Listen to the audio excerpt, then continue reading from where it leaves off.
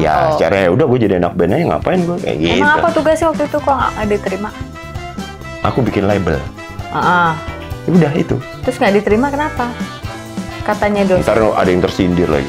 Oh ya enggak, nanti saya lihat kalau tersindir saya potong. Nah, pokoknya masalahnya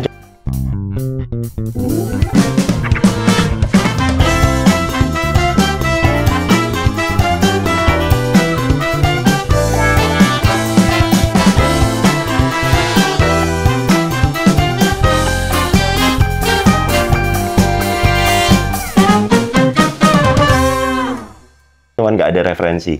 Oh gitu. Ya ilmu mosok nyari yang itu aja. Ya. Belum ada referensi di kesejahteraan sosial soal label yang untuk mengentaskan anak jalanan, narkoba, terus broken home family. Karena aku ngumpulin, karena aku punya medianya radio. Aku buka, siapa yang berani bikin demo sini-sini, kirimin ke sini. Aku sortir. Udah ada yang ngasih duit, Sof. Orang ngasih duit aku 100 juta. Udah tuh pada saat. Yes. Suruh bikin, lu gue percaya nama lu. Kenal juga enggak, cuman gara-gara dengerin aku siaran. Lu bikin deh, apa lu mau bikin? Oh, gue mau bikin label ya. Aku talent scout dong. Mau bikin indie label. Dari situ aku bilang ini konsep kesejahteraan sosial, orang dikasih menampung kesempatan orang-orang itu yang banyak ditolak oleh masyarakat lah ya ibaratnya. Kalau teman-teman pendengar radio SK pasti tahu namanya penyiar palsu. Gue undang penyiar yang suka nyanyi, suruh siaran, suruh nyanyi, suruh siaran, suruh nyanyi. Itu programku dulu di SK. Boleh sama produser di SK? Boleh, aku dulu bebas banget. Enak di radio SK tuh the best radio yang pernah aku jalanin. Waktu itu udah ada Abdel? Udah ada Abdel, udah ada Temon, udah ada Komeng, udah ada Ulfa, udah ada Eko. Oh, ketemu juga di situ. Iya, iya. Semua pelawak cuman gue doang nggak bisa ngelawak. Lo bayangin, di radio pelawak, gue disuruh ngelawak, kan garing. Terus akhirnya dikasih buku Mati Ketawa Cara Rusia. Iya, iya, disuruh belajar. Suruh baca, aku pilih cerita. Ini ada bapak-bapak pergi mancing. Karena dia belum pernah mancing dan teman-temannya udah sering mancing, akhirnya dia punya trik. Dia tulis, siapa yang mau makan ini umpan gue beliin mobil, dicemplungin. Sekali nggak mau, oh diganti. Siapa yang mau makan ikan ini, siapa yang mau makan umpan ini, kalau ikannya mau gue kawinin. Digigit. Tapi begitu diangkat ayam, harusnya kan, itu kan gue lihat di buku. Loh, terus orang penyiar kan kapasitas tingkat humornya kan udah beda daripada baca buku. Gue kan nyampeinnya cuman kayak gitu doang. Kalau lo ngelihat mungkin lucu, tapi kalau audio kan garing banget. Apaan sih gitu? Akhirnya salah satu operator siaran cuma bilang, ngangkat tulisannya nggak lucu. Pertama kali siaran dikasih tulisan nggak lucu. Padahal radio humor. Tapi kamu tetap dipelihara sama radio karena itu. aku aneh itu tadi siaran teriak-teriak gitu. Iya. Dan satu-satunya. Ya itu berkahnya Tuhan itu di bulan Agustus kamu biarpun nggak lucu, tapi tetap dipelihara. Nah, kalau kamu ngomong berkah Tuhan, saya cuma menjalankan apa yang aku suka dan menyukai apa yang aku lakukan sampai hari ini. Berarti kamu nggak pernah punya masalah pede atau punya? Kan kadang-kadang kita gini nih. Aduh, kenapa ya gue tadi harus ngomong gitu? Tapi emang gue tipenya nyablak sih. Gimana ya? Itu bukan pede dong. Itu namanya mawas diri. Kalau pede kamu belum jalan, kamu udah nggak mau. Lah nggak pede. Takutnya kalau aku, udahlah nggak usah gitu. Aku nggak usah. Enggak lah, itu bukan pede. Kalau pede kamu belum nggak mau gitu. Kok nggak berani gitu. Jujur aku nggak pernah punya masalah itu. Jadi kamu cuek aja? Ya menjadi diri sendiri aja. Ya orang mau mandang kamu kayak apa, kamu nggak mikirin gitu maksudnya. Ih, ini orang aneh banget gitu. Ini udah nggak lucu siaran lagi di SK kan? Pasti ada lah pikiran-pikiran itu. Ya ada. Dan tapi aku jalanin sampai akhirnya ada surat-surat kebencian yang datang. Kaleng? Bukan. Jadi SK itu center of humor di Jakarta lah dulu. Kan tahu kan. Terus kita nerima juga fans. Surat-surat dibacain kalau lagi rapat per bulan, ada rapat direksi, dipanggil penyiar-penyiar program-programnya, terus dibacain. Terus dia ditanya, gini ada kritikan banyak nih buat lo. Udah nggak lucu, berisik, lagunya nggak ada yang dikenal kan lagu. Terus nggak dipecat-pecat tuh loh. Tapi SK mempertahankan karena kita mau jualan yang ini. Bukan radio SK itu bukan radio pelawak. Radio yang humoris. Humoris. Humoris itu bukan pelawak ternyata kan. Macem-macem. Dan itu yang di endorse. Makanya era 90s itu lengkap buat gue. Di industri radionya bagus, di industri labelnya bagus. Iya, majalah aku referensi juga bagus. Iya. Majalah kan juga banyak yang aneh-aneh kan, yang bahas-bahas kayak pada gitu. saat itu. Apa majalah misteri kita dulu? Ada kan? Ya, apa sih? Adalah ya, iya, ada. Itu kan majalah itu ada. Iya. Hah? Apa? Nick Carter. Itu Carter kok majalah? Buku. Itu novel. Aduh, ini Bebe. Apa ini? Nah itu aku ngalamin itu banget dan DSK itu mengakomodir kegilaanku. Ya. Okay. Untuk berapa tahun itu berarti? 5 tahun. Jadi penyiar. Di situ aku bikin album juga di situ. Album yang mana? Yang trilogi itu? Iya. Yang Bumi Air. Sebelum album yang terakhir trilogi Bumi Air Udara, aku Bumi Air masih di SK, Udara udah enggak. Di mana itu? Yang Udara di Hard Rock FM. Kamu siaran juga di situ emang? Di Hard Rock FM. Masa sih? Lah ini aku udah masuk grupnya. Oh ya maaf. Terus aku masa sih? Aku nggak inget ya kamu pernah siaran di Hard Rock FM. Hard Rock FM. Berarti pada dasarnya kamu broadcaster juga dong ya, selain musisi? Menjual suara dari dulu. Dengan cara berbicara juga? Nyanyi, bicara, drama. Ya itu ternyata berkah Tuhan di bulan Agustus itu salah satunya dengan menjual suara. Kalau album Bahagia itu bukannya harusnya trilogi? 2000, ya itu kan setelah aku selesai dari Alf, akhirnya aku balik lagi ke trilogi, ke album solo. Aku bilang sama almarhum Pak Iin, yuk kita bikin aku triloginya trilogi hati. Bahagia, setia, bijak. Nah, terus? Ya sampai bahagia stop. Ya kenapa itu? Siapa lagi yang nolak? Siapa lagi yang nolak? Jadi gini, waktu itu Pak Iin bukan, waktu itu Pak Iin bilang, "Gi, kan sekarang udah tahun 2000-an. Udah beda sama 90s." Dia bilang, "Boleh nggak lo kolaborasi sama orang lain?" Maksudnya gimana? Biar nggak nugi banget, bilang. Bingung maksudnya. Nggak nugi banget. Kan lagunya saya semua, Pak. Iya, cuma maksud gue, lo jangan intervensi. Kasih ke produser-produser. Iya, kamu nggak mau. Ada Pai, ada Bongki, ada Didit Babab, ada Rido Slang, ada Beng Beng Pas. Kan bagus semua itu. Iya, dijadiin produser untuk lagu-lagu yang aku bikin. Dan waktu itu aku udah kecekokin sama Jack Johnson. Iya. Nah, aku ngasih tahu, aku maunya kayak gini, kalau mau organiknya kayak gini. Aku inget tuh masa-masa Jack Johnson itu. Iya. Semua orang kamu harus denger ini lah, Bul, Jack Johnson. Semua asik, orang. Kan? Pokoknya dia kalau lagi seneng apa, semua orang harus menganut agama itu juga. Lah iya. Gitu. Ya, kalau orang yang udah tahu tentang musik pasti anjir ya. Kayak Mas Katon kasih denger Nirvana juga, apaan nih? Waktu itu kan dengernya Duran-Duran. Gue kasih denger Nirvana, akhirnya dia bisa anjir asik ya, gila. Baru dia mau jadi produser di album Bumi Air Udara. Di album ini kan Mas Katon nggak jadi produser, tapi dikasih ke Pak Iin, terus Pak Iin nyebar ke 5 orang itu. Iya.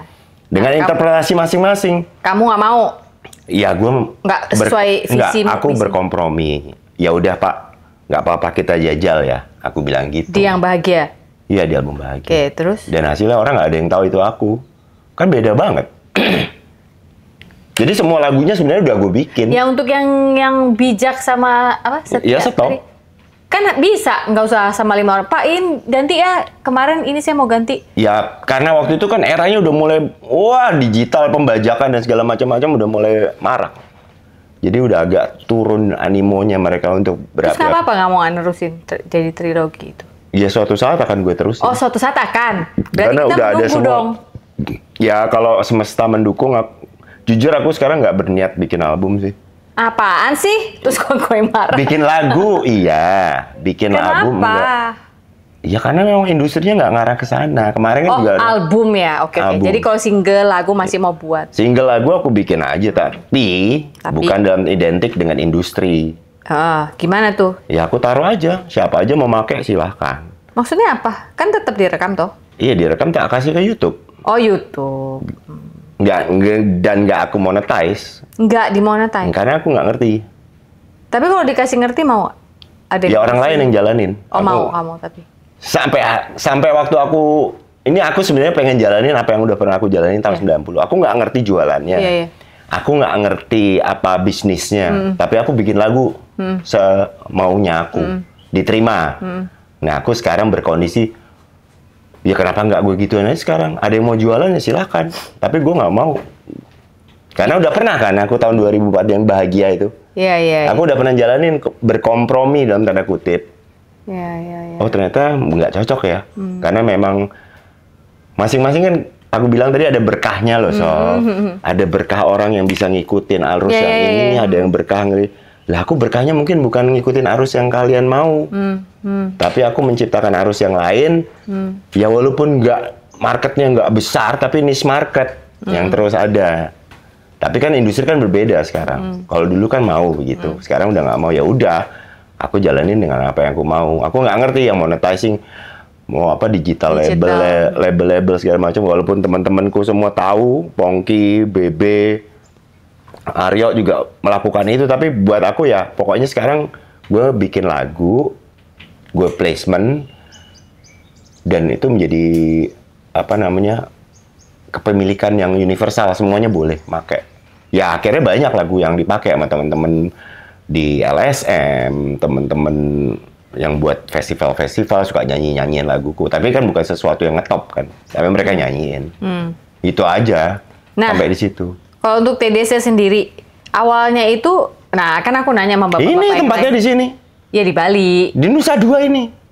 Oh iya, waktu itu yang konferensi United Nations for Climate Change Conference. Itu udah diceritakan juga sama si Karyo sama si Bebe. Baim. Udah mereka cerita soal itu waktu kalian dipertemukan, si jenderal vokalis frontman ini semuanya penyanyi, terus ketemulah dalam band itu, terus harus diulang. Terus jangan diulang. Terus lewatin naik bus mau ke event, terus ngelewatin. Tapi di balik story yang kenapa aku bisa sampai ketemu Pongki, pernah ceritain nggak? Oh belum. Saya tunggu. Aku kasih tahu orang dulu ya. Jadi aku tuh ketemu Pongki itu awalnya karena mewawancarai dia waktu baru jadi Jikustik single pertama di TVRI. Nah setelah itu nggak ketemu lagi, ngobrol asik.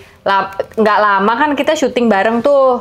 Terus nggak taunya kamu didatengin orang ini. Iya, dari Jogja. Namanya Pongki dari Jogja. Ternyata tanpa aku ketahui kita main bareng, kamu juga main bareng sama dia, nggak saling tahu. Malah dia nginep rumahmu. Nah, kamu nemu dia di mana? Nemu dia? Pongki itu.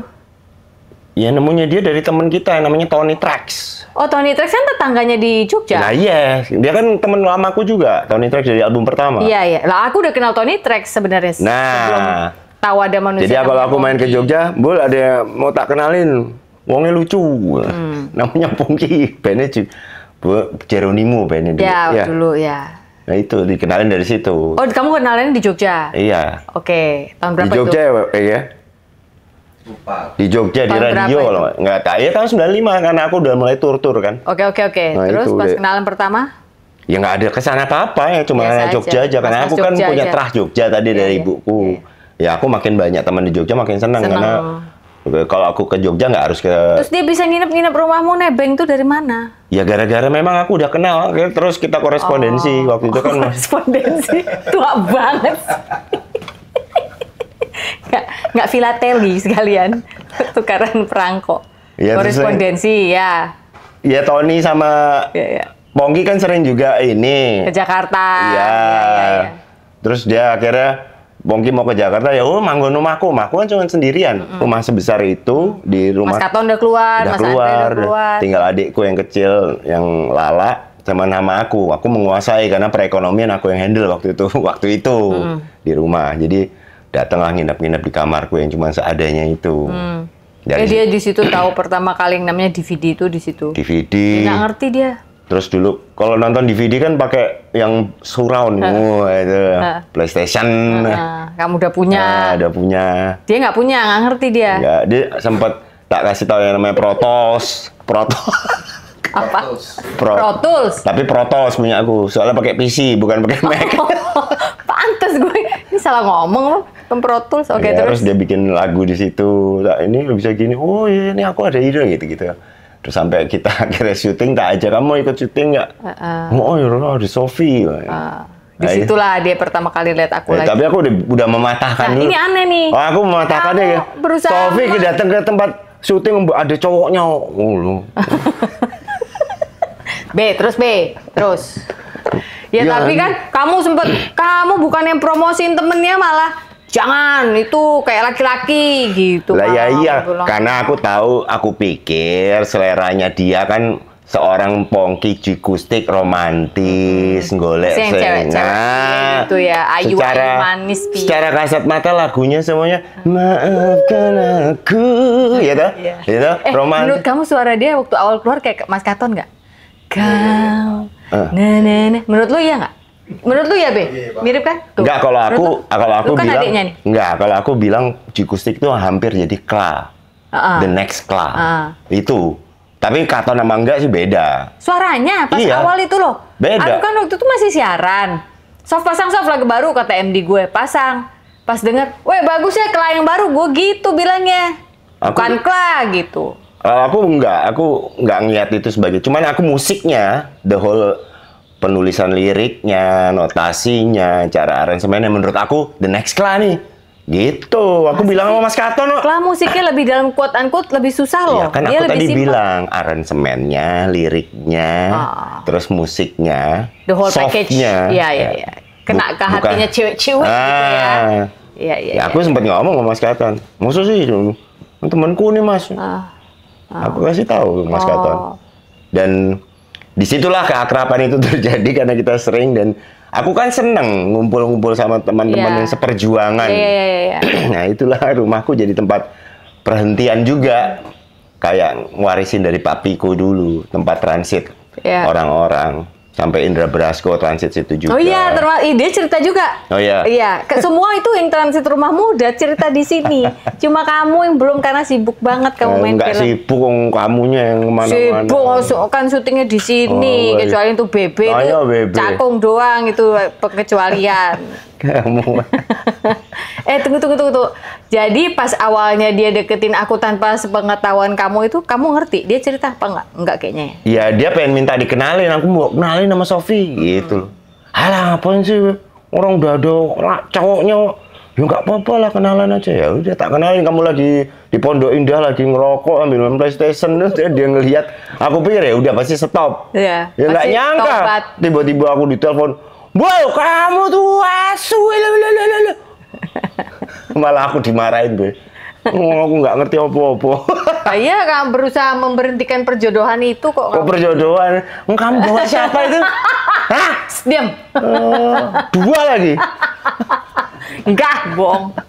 Jangan percaya. Nah, itu kan masa lalu ya. Terus. Tapi kan itu masa lalu. Tapi yang membuat kita akhirnya menjadi satu sama lain saling oh ya. Oh ya. Kok bisa kalian satu band tingginya sama semua itu loh TDC? Nah, ini gara-gara ukurannya diukur peristiwa 2007. Nah, ini kan dibalik peristiwa kita ketemu Dance Company itu kan aku sama Pongki emang udah sering. Sampai dia bikin Endang Sukamti. Iya, kita bertiga pernah mau jualan kaos nggak laku itu loh, ingat gak sih? Iya, benar jualan kaos. Gak ada yang ngurus akhirnya. Satu-satunya orang yang punya repertoar pertemanan musisi kan Pongki di Jakarta yang aku kenal. Kalau Kang Masku mungkin terlalu senior. Nah, waktu aku dititahkan sama Pak Menteri Rahmat Witoelar, Ki bantuin kita yuk ngapain bikin lagu untuk konferensi perubahan iklim. Pertama kali loh ini Indonesia jadi tuan rumah untuk 165 negara. Wih, boleh Pak. Aku pikir dengan kapasitas aku akan ada penggelontoran dana APBN. Jebule malah aku nombok duluan. Kita cuma punya uang 50 juta. Hah? Maksudnya Pak? Dulu 50 juta dan 2007 lumayan kan? Tapi semuanya ada whole package mau punya. Aku kan buat aku pikir tadi, wah gue sendiri sih asik nih. Tambahin lagi kalau bisa Mas Nugi bawa teman-teman yang lain. Maksudnya Pak, kita bikin core gitu Mas, kayak We Are The World. Iya, USA for Africa. Hah? Mana cukup bilang. Ya udah harus aku matur ke Pongki. Pong, ini aku dapat proyek suruh bikin lagu gini. Ya wes lah, nggak apa-apa. Yang penting kita jujur aja gitu. Kasih tahu. Pakai SMS ya, Wek ya. Belum ada masih SMS ya. SMS blast itu kita semua yang ada di daftar kontakku, semua yang di daftar kontaknya Pongki, sebar. Pongki tak tunjuk jadi produser, karena aku belum pernah menjadi produser, karena aku selalu diproduserin. Pongki udah beberapa kali mungkin ngalamin peristiwa. Waktu itu udah ada studio Cidodol yang kecil itu ya? Udah ada. Nah makanya, habis itu terjadilah hari H rekaman. Bawa Mbak Lea untuk jadi aransemen vokal. Adik saya. Iya, yang ternyata pada hari H kita datang rekaman, semua yang kita SMS itu muncul. Ya banyak kan waktu itu? Ya aku sih terharu sekali, bahkan melebihi dari ekspektasi. Yang pertama kali muncul adalah seorang Reza Artemevia. Iya. Notabene orang yang udah menghilangkan diri tadinya. Kan? Terus tiba-tiba turun gunung. Wah gitu loh. Aku sama Pongki juga. Sampai bunga, Mbak Reza mau datang gitu. Dari situlah terus bertubi-tubi sampai muncullah sekian banyak nama dan wajah dan suara di dalam lagu Dunia Berbagilah. Nah, salah satunya adalah Baim, adalah Pongki. Aryo belum masuk secara audio. Iya, belum. Nah, itu pas lagi lagunya udah jadi, video klipnya udah dibikin, kita diajak Pak Menteri untuk pentas di Bali. Pembukaannya konferensi tersebut. Ternyata dari beberapa nama, aku lupa ada Aryo Wahab. Dari situlah akhirnya ketemu Aryo Wahab dulu kamu. Di Pondok Indah Mall? Enggak, yang ketemu. Iya, PIM ya kan? PIM 2. Aku ketemu dia lagi di PIM 2 lagi jalan. Yo. Kamu nggak diajak? Ngapain Bu? Ini gitu. Hah? Aku nggak tahu. Iya, aku maaf ya, aku lupa. Nama di handphoneku. Ya udah, akhirnya terjadilah dengan segala macam keajaiban, berangkatlah kita sama-sama ke Bali. Dan terjadilah peristiwa yang dalam sejarah KTT Perubahan Iklim di dunia baru sekali terjadi seumur hidup. Sebuah konferensi tingkat tinggi membahas tentang perubahan iklim dibuka oleh lagu dan semua orang mendengarkan dengan translation semua dari 165 negara. Dan itu buat aku sih momen kebanggaan. Sayangnya ada political.